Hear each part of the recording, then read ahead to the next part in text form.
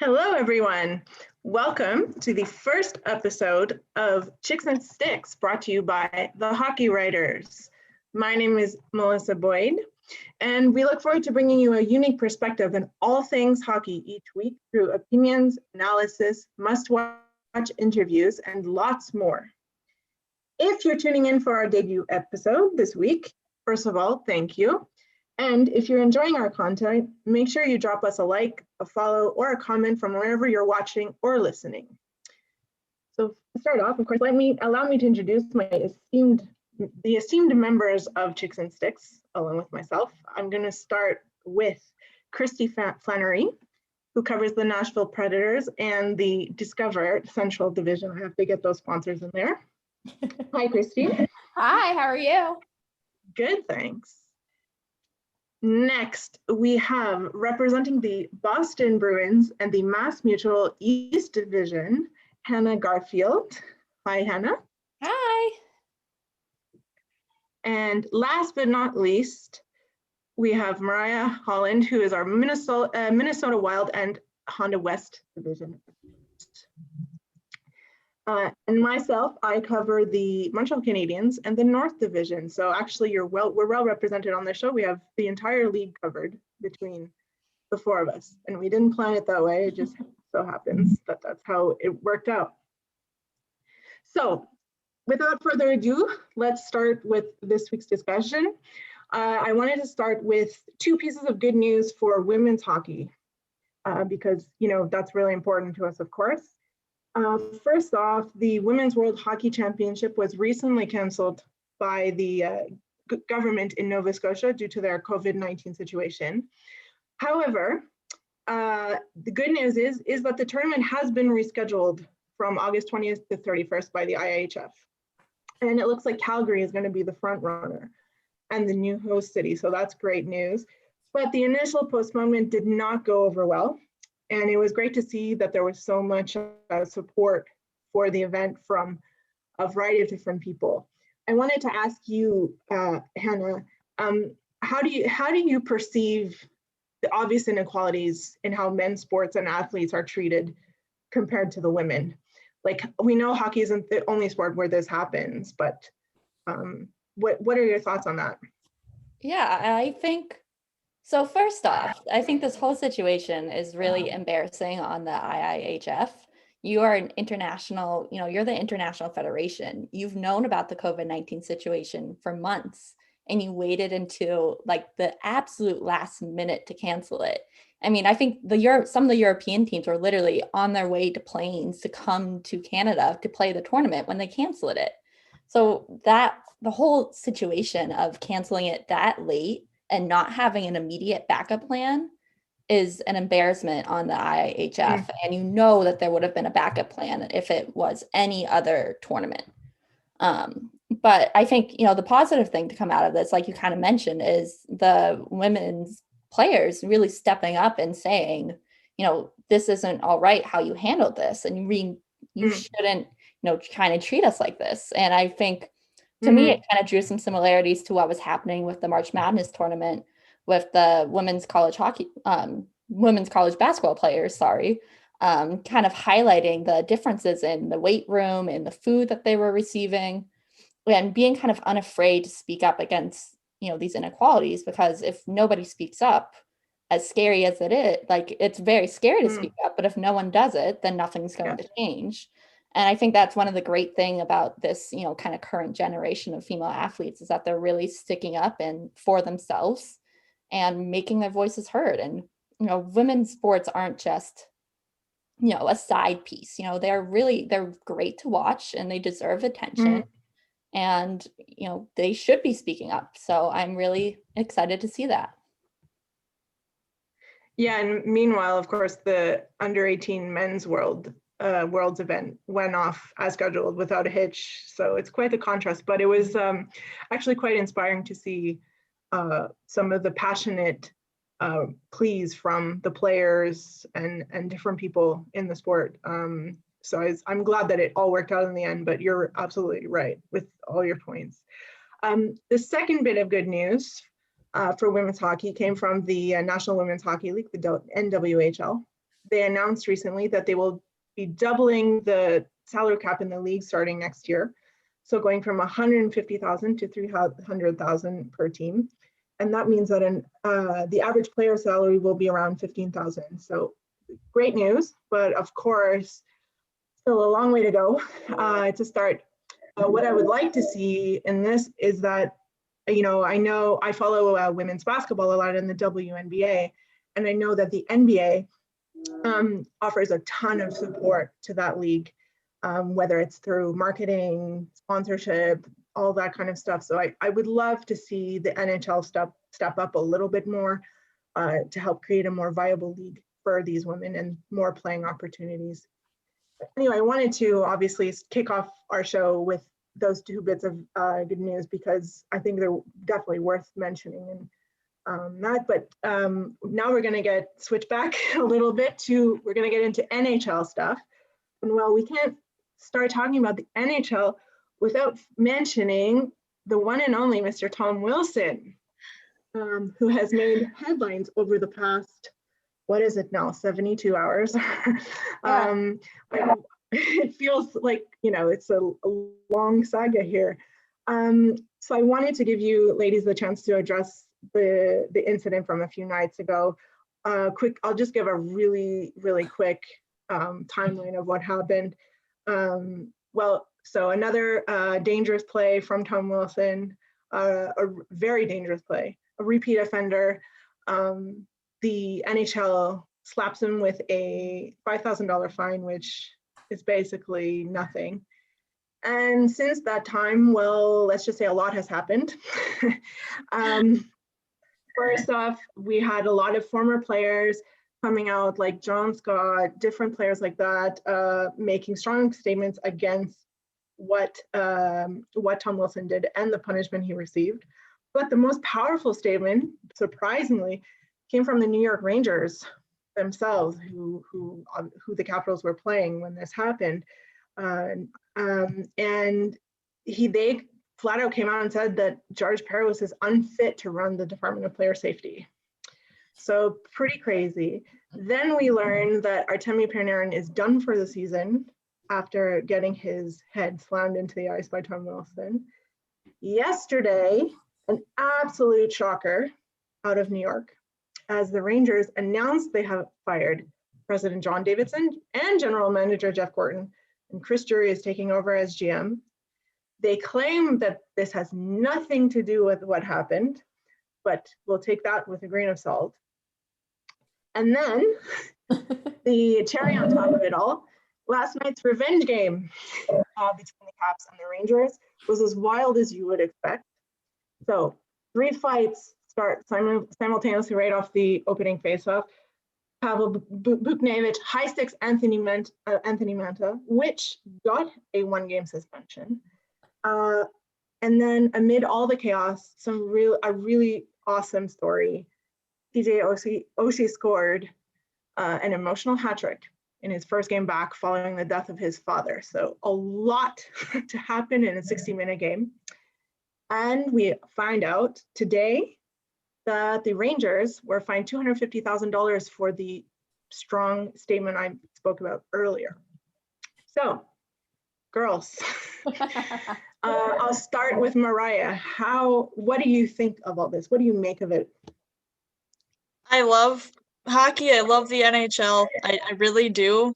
But these last few days have been a joke and an embarrassment because flat out giving him a $5,000 fine for basically intending to injure someone that could have been I don't know if they've said what his injury is, Panarin, yet.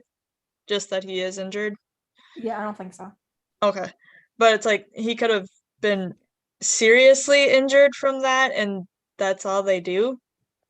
They're supposed to be one of the front runners in player safety and improving concussions protocols and all this stuff, and then they don't even control their players. And what made it even worse was fining one of their teams for speaking out about it. That really had me going off this morning because the Rangers were very, I don't know how you word it, polite about their statement. They weren't rude. They weren't inappropriate or anything. It was a very well-written statement that they were fed up and nothing was done. And then they get fined $250,000. I mean, why wasn't Wilson fined that amount for intending to injure someone when the Rangers just made a statement? It's been ridiculous, and I hope they fix things, but I don't know how they're going to. Yeah, there's a lot of layers to peel back, I feel like. Hannah, what do you think? How are you feeling today? I have so many thoughts, and I could probably go on for a long time. There's so many kind of different avenues this conversation could take. But I guess kind of where I want to start is, address the elephant in the room. I am a Bruins fan. I love Brad Marchand. I think he is a phenomenal player, a phenomenal person. But I can also admit that he's had 6 suspensions for a total of 19 games. He's deserved those suspensions. That doesn't necessarily make me less of a fan for saying when somebody elbows somebody else in the head that they should get suspended for it.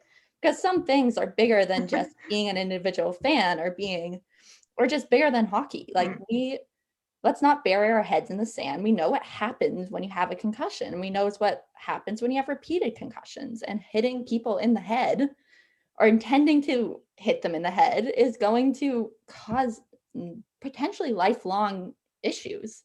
I don't know if any of you have seen, Daniel Carcillo did a great segment with Real Sports, Brian Gumbel, I think like a year ago. He was really he's had a ton of concussions, and he was really in a dark place from them. And I don't wish that on anyone. So when players do things that threaten putting players in that position down the line, they deserve to be punished, whether you are a fan or not. So I do, I get being a Washington Capitals fan and wanting to support your team, but you also can't blindly defend every action of people that are just because you support they're on the team that you support. And that ends up, empowering them. Someone like Tom Wilson's going to look and say, I don't care that, 20, soon to be 31 other fan bases hate me. I have my one fan base that's going to defend every single action I do. So I'm going to keep doing it. And I guess, pivoting that a little bit, but still kind of in the same realm, is I really hate this argument that I keep seeing come up that every other fan base wants a Tom Wilson on their team, or every other NHL GM wishes they had a Tom Wilson. Sure, I would love a player to come in and just ram and hurt others, but that doesn't necessarily mean it's right. I would also love for Patrice Bergeron to just pick up the puck one day and skate it into the net and that be a goal, but that isn't how hockey works, and that's crossing a line. When a line gets when lines get crossed, that doesn't have a place in hockey, and that doesn't have a place in the NHL. And I'm losing my train of thought because I'm getting heated about this again. But I think I don't like this argument, because just because somebody wants something doesn't necessarily mean it's correct or it's right. And at some point, someone needs to come in and establish this is the line, and if you cross it, you're going to get this suspension or this fine. And honestly, the Department of Player Safety has not shown that they can hold that line or establish where that line is. And my final note I want to make before I get off my soapbox is that I think it's very telling that we are oftentimes more surprised by somebody not getting a suspension than getting a suspension. And I think that goes a long way to say how little the Department of Player Safety does. Yeah, I think you and rant over. I think you made a really good point there about the setting the standard and the line, because I think there's definitely we need to sort of rewrite some of the rules in the rule book, but that's a topic for another day. Kristy, I will end with you because I feel like you are bubbling at the surface here and about to explode. So go ahead. Like Hannah, I could talk about this forever, so I'll try to keep to my key points. The first being, this is one of those controversial situations where on one hand it's really, really simple, and on the other hand it's has a lot, like she said, there's a lot of layers to it. He absolutely should have been suspended. I would think he should have got ejected from the game. But on the other hand, to play devil's advocate, Panarin didn't have a helmet on. He engaged in the scrum. He knew Wilson was there. It's not like he was skating away and Wilson grabbed him and brought him back in. And I'm not defending Wilson by any stretch of the imagination. I think the comments that I read that are saying that, he intently tried to kill somebody, that might be taking it slightly too far. Did he mean to inflict harm on somebody? 100%. My issue kind of goes a little bit further with that is, on one hand, I sit down and say, no, you're not trying to murder somebody in a hockey game. But when you're tumbling to the ice like that and you have a player vulnerable, your skate has a blade. And if you wrestle them to the ground and then the refs and everybody jumps in and the bodies get twisted, you could easily hurt somebody with just the blade of the skate. Like, we've seen players where they've gotten like the skate to the throat, and like that stuff does happen. It's not common, but it does happen. And for me, getting a $5,000 fine, wasn't it years ago that Lundqvist had to pay $5,000 for squirting Sidney Crosby in the face with water? Like, I just don't understand how someone can say that is on the same level as Wilson ragdolling a vulnerable player. That to me kind of just is mind blowing. But no, a lot of people dropped the ball, starting with the refs who were breaking up the fight and didn't do anything during the game. He should have been ejected immediately, knowing that Panarin was vulnerable and did not have a helmet on. He sees red. He's a player that when he gets into that zone, Wilson sees red. And if you're going to have a player like him or Ryan Reeves, you need somebody who, if you have to fight, it's a physical game. I get it. There's a place for it. This was not necessary to the game. It didn't add anything to the game. And you need a player that, if they're going to be that big and strong, they need to be able to control themselves. And I feel like Wilson just did not control himself to any degree during that game. Sorry, I can go on, but I'm going to cut it.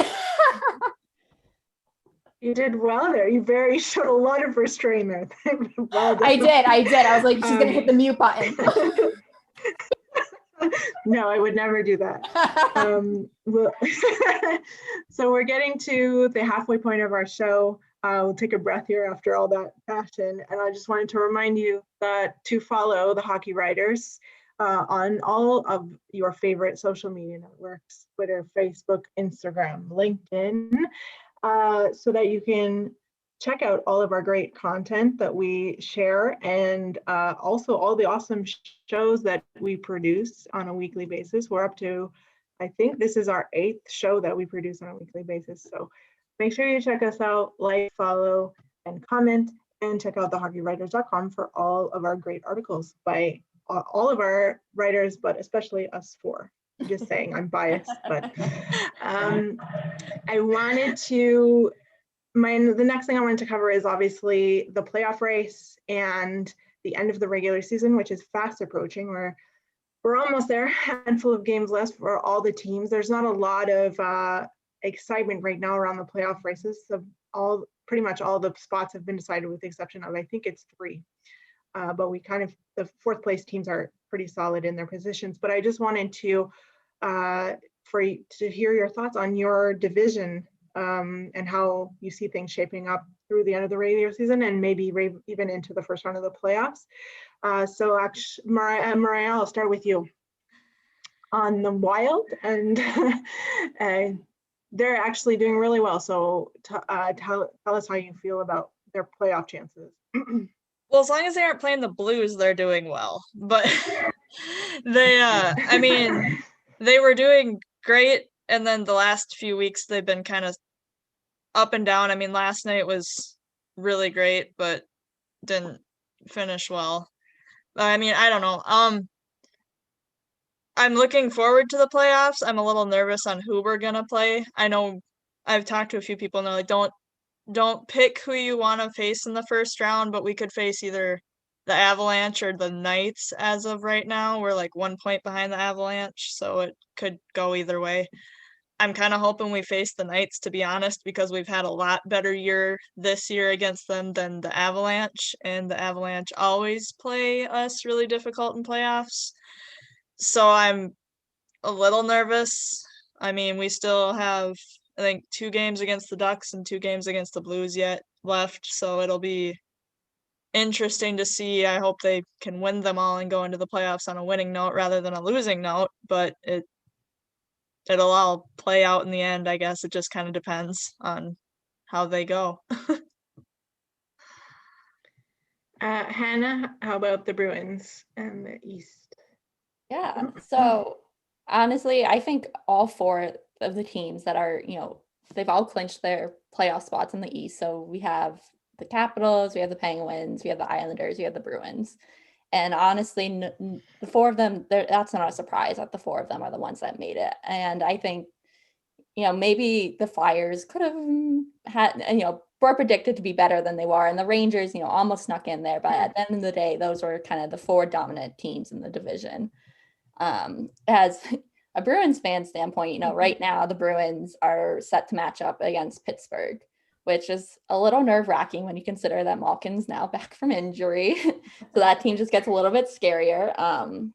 But honestly, the Bruins have matched up better against the better talented teams this year than kind of the lower talented teams. They've really struggled to win against the New Jersey Devils. So I'm really glad the Devils are in the playoffs. But not that was really going to happen. Sorry, the Devils and Devils fans. It's okay. On behalf of all of us, we understand. But yeah, I think it will be interesting. I don't know yet who I think is going to come out of the East Division, just because they are so close together. And really, it's going to depend on who gets hot in the playoffs, which we don't know yet who it's going to be. But I'm just really hoping that the Bruins don't face the Islanders. Yeah, the Islanders are tough. They're well coached and well structured. It's like one of those teams that can drive you nuts, So it's been so crazy this season because the Bruins will win against most teams in that division, and then they'll lose almost every game to the Devils, and they've lost the majority of their games to the Islanders. And I'm like, it's the 2 teams. It's the 2 teams that have given them the most trouble this season. And Christy, in the Central, the Predators are in 4th place. Are you confident that they're gonna book their spot here soon over the next few days? I think they will pull it off. I wish they clinched yesterday. It would have made life a whole lot easier because their next 2 games, their final 2 games, are against Carolina, and they cannot beat Carolina. So I hope they make it. Yeah. It's not a sure thing. I don't think I would fully be surprised if Dallas can sneak in, considering they have more games at hand at the moment. But regardless of who makes that 4th spot, the top 3 are so strong that for me to see, this is a division where I think the seeding really is important, because you're either playing Florida and Tampa or you're playing Nashville or Dallas. Like, you want that 1st seed so you can play that 4th, that 4th spot. But it's going to be really interesting between Carolina, Tampa, and Florida. It's going to be really fun to watch these. Well, and Nashville if they make it. Nashville, because Saros has been doing really well. So you can't, you have to give Saros his credit. But it's an interesting division. It's a lot of fun. I was going to say too, a huge turnaround by the Predators, right? They were, out of it not long ago, and everybody was, calling for David Poile to do a big fire sale at the trade deadline, and he didn't, and it's worked out well for him. Yeah, I'm waiting for them to clinch, because I actually wrote an article and everyone made fun of me on my team. They all kind of were like, what? But I said that because of the turnaround and the amount of injuries to the Predators, if they clinch, John Hines should be considered to be a finalist for the Jack Adams. I'm not saying he should win, but you got to give a coach credit when they deserve credit. So I'm waiting for them to clinch so I can officially say that I have my argument that John Hines should go for the Jack Adams. Well, I don't think that's too crazy. I mean, a few years ago, you know, Craig Berube did basically the same thing with the St. Louis That's what I Blues. said. They won the Stanley Cup. So, Yeah. I mean, it's not like other coaches have been recognized for similar situations. Granted, if Sarah isn't performing at this level, they probably wouldn't be in this position. So you have to give credit to Saros, but still, I feel like coaches are one of those things where when they're doing bad, they immediately are on the chopping block. But when a team's doing well, they don't really get the credit they deserve. So I'll give her credit. I'll do it. Well, in the North, it's the Canadiens are pretty much in the same position as the Predators are now in fourth place. The first three places have been decided. Toronto, Edmonton, and Winnipeg clinched last night. But it looks pretty much like a formality that the Canadiens will grab the fourth spot. Now it's just a question of the seedings, and obviously all season, basically everybody has been anticipating a first round matchup between the Leafs and the Habs, which would be insane. I don't think I would survive. So, I mean, I'm not sure. Although the Canadiens have gotten closer to third place, they're just a few points behind Winnipeg. So I'm not sure. So it's either Toronto or Edmonton for them. I'm not sure who I would prefer, Austin Matthews and Mitch Marner or Connor McDavid and Leon Draisaitl. It's kind of like pick your poison. But, it's a real Sophie's choice. Yeah, really. And so, but you know, important thing is I think for the Canadiens where they are in their rebuild or reset, as they called it back then, is that they get in and get some of their young players some playoff experience. And I think they're a team that's built for the playoffs. So we'll see how that goes. But yeah, it should be very exciting. Playoffs all around. Can't wait. It's kind of weird that we're playing regular season hockey in May. So it looks like another summer playoffs like last year. So it'll be a lot of fun. The last thing I wanted us to talk about tonight for our debut episode, to help our new fans get to know us each a little bit better, I wanted each of us to talk about our inspirations in hockey, who inspired us to either get involved in the game or who have, sort of caught our attention. So Mariah, I'll start with you. Who is your hockey inspiration? There are so many. Honestly, playing, like growing up, I played. It would have to be my cousins because all of my cousins played. So naturally, I had to follow in their footsteps. As far as just staying in the game and just like idolizing people, I went to the University of North Dakota, I really looked up to the Lamaru Twins because they were exceptional hockey players, gold medalists or Olympians at least. I get my stats goofed up with them, but they're just phenomenal people and they do so much to grow the game and just have just done such great work, honestly. That's very cool. Yeah, up here in Canada, we don't like the Lamaru. Just they've broken our hearts one too many times. No, I'm just joking. Hannah, how about you? Yeah, so I didn't really grow up watching hockey. I never played. My family's not big hockey watchers. We only watched if the Bruins were in the playoffs. But when I went to college in North Carolina, of all places, my second semester sophomore year, I got a concussion playing rugby. And of all the sports, I was like, I need something to distract myself. I need something new to get into. And I started watching hockey of all sports. So, being in North Carolina, a Boston transplant in North Carolina, I immediately, started seeing Sarah Sivian, who is a writer for The Athletic, pop up on my Twitter feed. And I was like, oh my gosh, she's in the same situation as me. She's a Boston transplant in North Carolina. So I just loved, reading her thoughts on the game, hearing what she had to say. It really, as I was, growing into my love for the game and starting to understand it more and going to Hurricanes games, it really, I would love just seeing everything she had to say, reading what she had to read. And, she gets so much hate unnecessarily on Twitter. And I just love how she always has such a good attitude about it and kind of isn't afraid to, step up and say something about it. So she's a really big inspiration for me. Kristy, how about you?